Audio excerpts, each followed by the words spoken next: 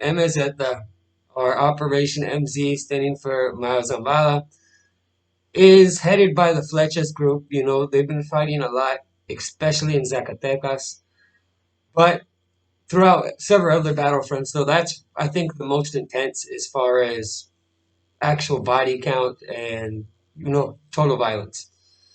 So what happened today, everyone is reporting right now as far as what's up group, stuff like that on the here in Culiacan at least, that El Tecolote, who is the leader of the Flechas group, or is, was killed today. Now, this happens a lot that sometimes people are reported dead, but this is very believable for several reasons. One, the fact Operativo Meseta is fighting Mencho's, elite and everybody else in Zacatecas, so he's right in the mix of probably the heaviest combat in Mexico. So if anyone was a rumor to come out about them dying, that would probably be the more believable one, would be the guy who's sitting in the middle of the worst combat in all of the country. Now, they've had several huge shootouts, some right along even the border with Durango, and I feel that that's the ultimate prize for Mencho. He'd love to get into Durango and what is the Golden Triangle. I think at the end of the day, that's probably one of his goals, and that's why they waited until he got to Zacatecas to really push in on him. Though they do have operations like the Cartel Nuevo Plaza, which is operating in Jalisco fighting Mencho, and they've taken lots of plazas from him. Their leader was killed, El Cholo, as well, I think about 6 months ago, 7 months ago. Point being, there's several groups fighting Mencho on several fronts, and, people take losses. It's what it is. When you go to fight, you know what you're going, what will probably happen. And like I always tell you guys, it's always prison, death, and bad health. That's all that comes out of this. There's nothing glamorous.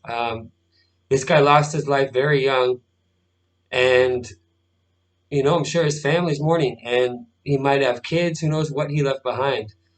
But point being, if you're in that life, you can expect to die, and there's nothing beautiful about that at all. Um, I just hope these groups that are in Zacatecas respect civilians. As a journalist, I think that's my main goal and my main concern on this channel is that the civilians are respected. I think these guys are going to kill each other one way or another. I wish that wouldn't happen either, but that's just, I guess, unrealistic due to the war on drugs and all the money involved. So the best I can hope for as a journalist, as a citizen, is that the civilians are left alone. Unfortunately, there's lots of groups that we've spoken on this channel several times that target civilians in specific, financially, through quotas, and other ways.